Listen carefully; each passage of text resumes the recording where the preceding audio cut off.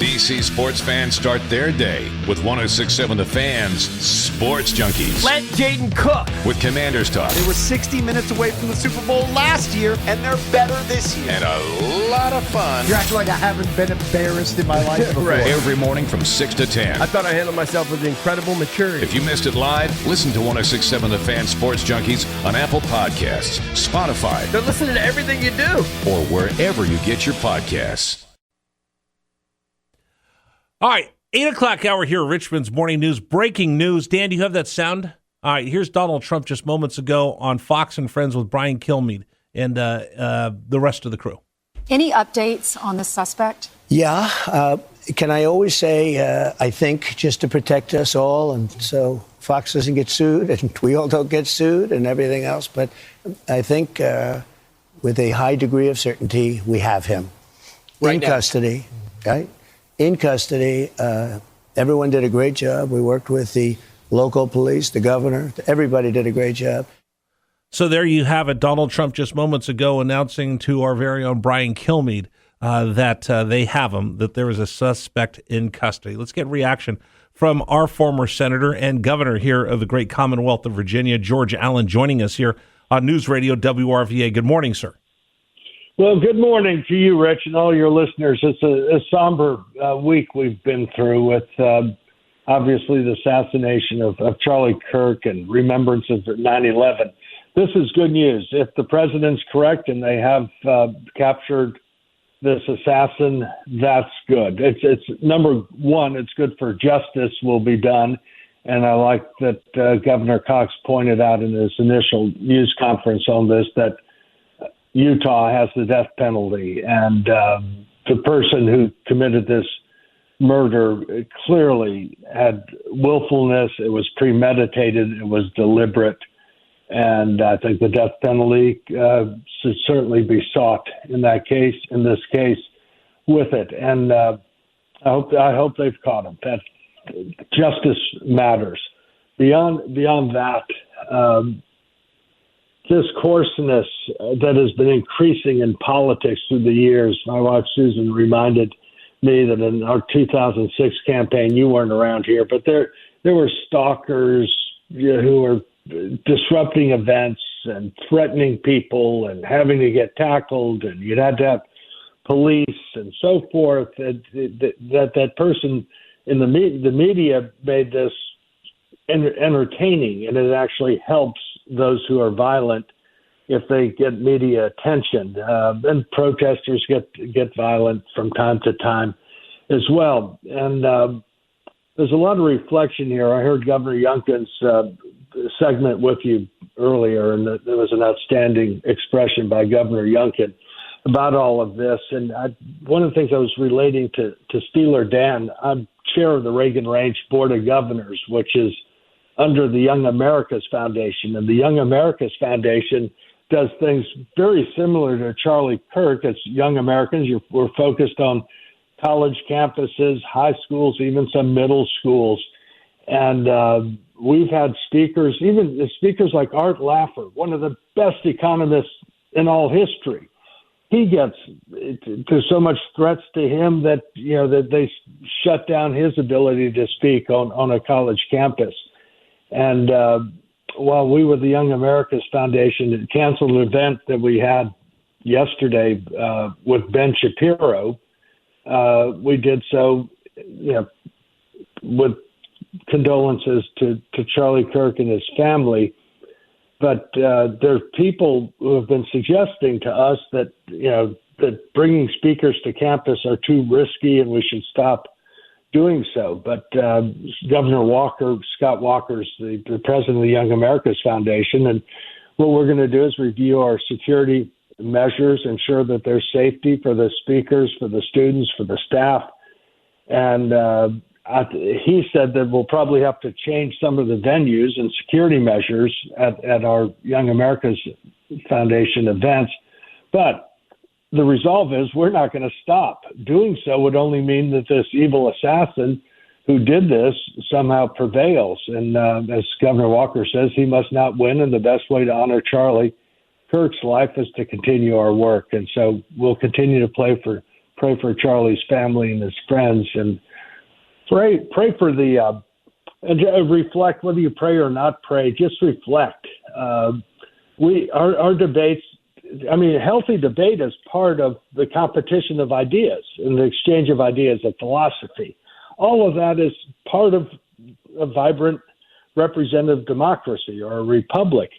I've always said, when you're talking about ideas, look at the merits of the idea or the reform or the initiative. Don't get into personalities and say, well, all right, our idea will provide more reliable, affordable electricity, or will make our state more competitive, or our neighborhoods more safe than the dangers from the other side. And try to focus again on the merits of ideas rather than personalities. And all of us, we sometimes get carried away with our passions, and I think this is a time for reflection. It is, in my view, somewhat similar to when I was governor in 1995. We had the Murrah building in Oklahoma City bombing, and everyone calmed the rhetoric down a few notches because there are some really sick people out there and get carried away, and it's the political assassinations are all over. There's too many of them. Obviously, there was the murders of the speaker in Minnesota, and previously shooting Steve Scalise and others. And it's something that's got to stop, and responsible leaders need to lead by example and make sure that our rhetoric is focused again on the merits of ideas and how those ideas or reforms or initiatives improve the lives and opportunities of people in our free and just country. Governor Allen, I look at two things I'm going to take away from our conversation right now. Number one, and despite my breaking down and losing my voice for a moment with Governor Youngkin, you and he, 100% right. We cannot let this hate and it's so easy to give into the hate, but that wouldn't honor Charlie Kirk's memory, who was all about free speech and having the exchange of ideas. Right. We can't give into that hate as much as we want to, as much as I'd love to lash out at somebody. I keep thinking about you talked about the Reagan Ranch. I keep thinking about the time that I got to be around Michael Reagan when we both worked at Premier Radio and listening to his dad. His dad always appealed to our better angels. And that's difficult right now, sir. Well, yes, it is difficult, but you got to rise above it. You don't want to succumb to, all right, well, we're going to get retribution. The retribution and justice will be the capture and prosecution and sentencing of the perpetrator, of the murderer. And this person should not be made a hero. He will be looked upon like Lee Harvey Oswald or James Earl Ray. I grew up when I was younger. Gosh, it was assassination after assassination of JFK, of Martin Luther King, of Bobby Kennedy, of the attempted killing of George Wallace on the campaign trail. Obviously, President Ford was threatened with his life. Ronald Reagan was shot. So there was a period of time where these political assassinations of leaders were so prevalent, and then it seems like it's subsided. Now this violence is coming back. The added thing that's happened now. DC sports fans start their day with 106.7 The Fan's Sports Junkies. Let Jaden cook. With Commanders Talk. They were 60 minutes away from the Super Bowl last year, and they're better this year. And a lot of fun. You're acting like I haven't been embarrassed in my life before. Right. Every morning from 6 to 10. I thought I handled myself with incredible maturity. If you missed it live, listen to 106.7 The Fan Sports Junkies on Apple Podcasts, Spotify. They're listening to everything you do. Or wherever you get your podcasts. I call it anti-social media. I love the internet. It is the greatest invention since the Gutenberg press for the dissemination of ideas and information. It's great for commerce. It's great for education. But there's an anonymity to it, and it's been weaponized with this I call it anti-social, where you have anonymity.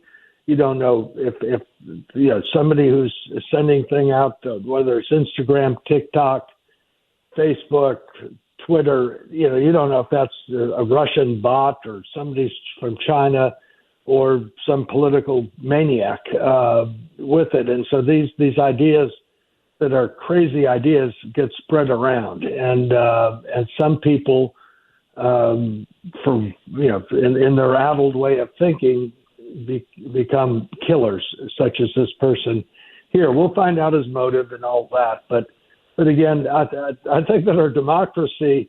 Here we are coming into the 250th anniversary of the Declaration of Independence, which was the Bill of Particulars as to why we were seceding from the British monarchy.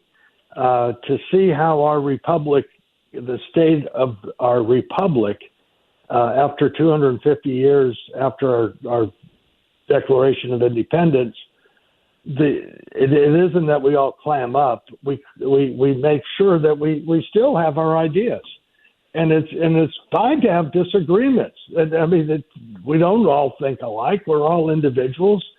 People organize into political parties. I'm mostly a Republican because most of my ideas are consistent with the Republican ideas. There are people who are with Democrats because most of their ideas align with the Democratic Party. And then there's a lot of independents and free agents, and they're the ones who decide really elections in Virginia, how they go. But the point is you can have disagreements, but respect the other person's views that they're trying to get to whatever their goals are. But it's a different approach, and what you need to do is try to persuade the people that your ideas or your candidate has better initiatives and reforms to improve people's safety or education or their ability to get a job or keep a job or make our state more attractive in the competition between the states for investment and for more jobs. Those are the sort of things that I think uplift everyone, and that's the healthy ideal of our country that our founders established. Questioning authority, questioning people, That's questioning fine. is great. The only person that we cannot question is Mrs. Allen, because we know she's infallible, right? Let's just be honest. I mean, Governor, you could debate anybody you want outside the House, but I know who's the one that's always right within the Allen house, and that's Mrs. Allen.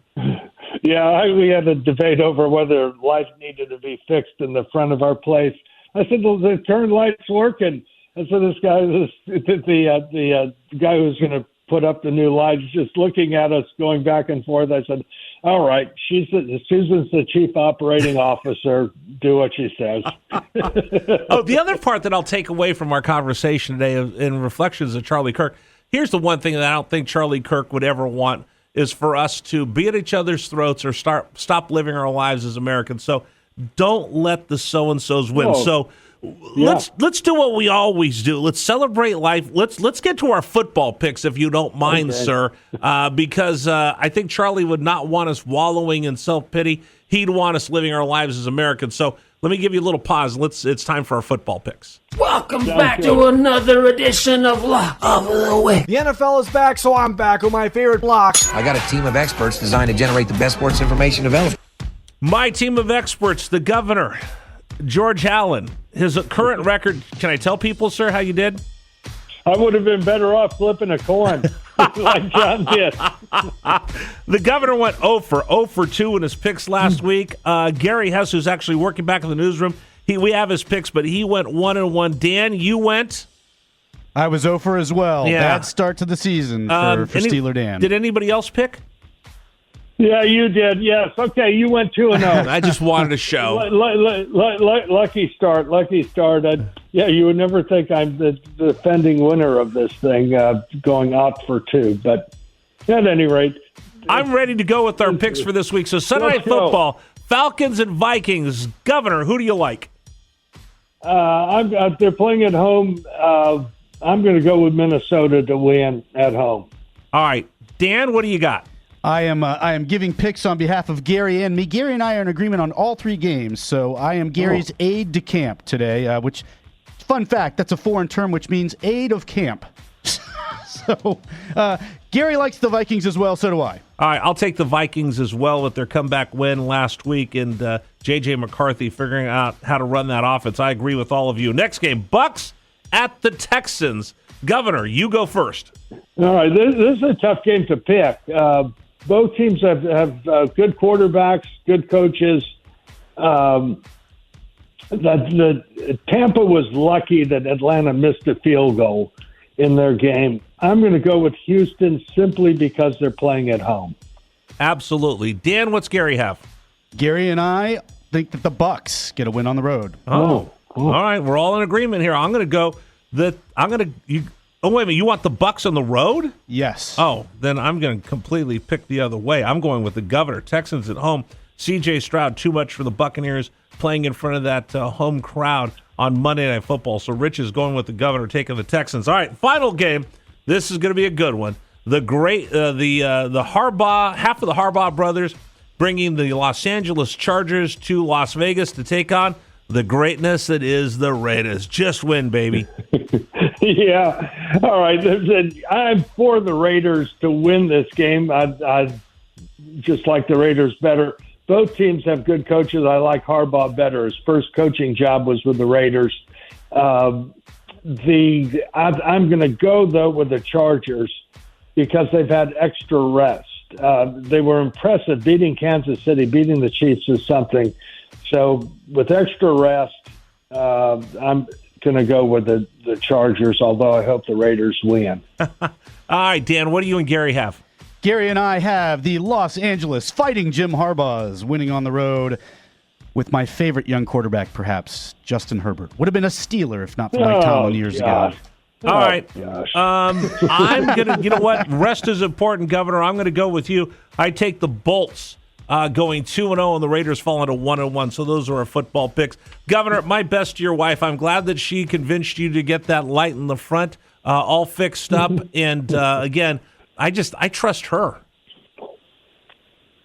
Okay. I'm not going to disagree with you. That's why we've been married for so long. We understand our limitations, Governor. Yeah. And also, the Raiders and Chargers are examples of freedom of movement in our country because the Raiders were in Oakland, L.A., Oakland, and now Vegas. The Chargers were in L.A., San Diego, and L.A., and there's freedom of movement. And let's make sure our Commonwealth of Virginia is attractive for people to move in rather than move out because we're a more affordable state. That is perfect. Governor, I'll talk to you next week. Thank you. Adios, Rick. Adios. Bye. Take care. We'll continue. It's News Radio WRVA. DC sports fans start their day with 106.7 The Fans Sports Junkies. Let Jaden cook. With Commanders Talk. They were 60 minutes away from the Super Bowl last year, and they're better this year. And a lot of fun. You're acting like I haven't been embarrassed in my life before. Right. Every morning from 6 to 10. I thought I handled myself with incredible maturity. If you missed it live, listen to 106.7 The Fans Sports Junkies on Apple Podcasts, Spotify. They're listening to everything you do. Or wherever you get your podcasts.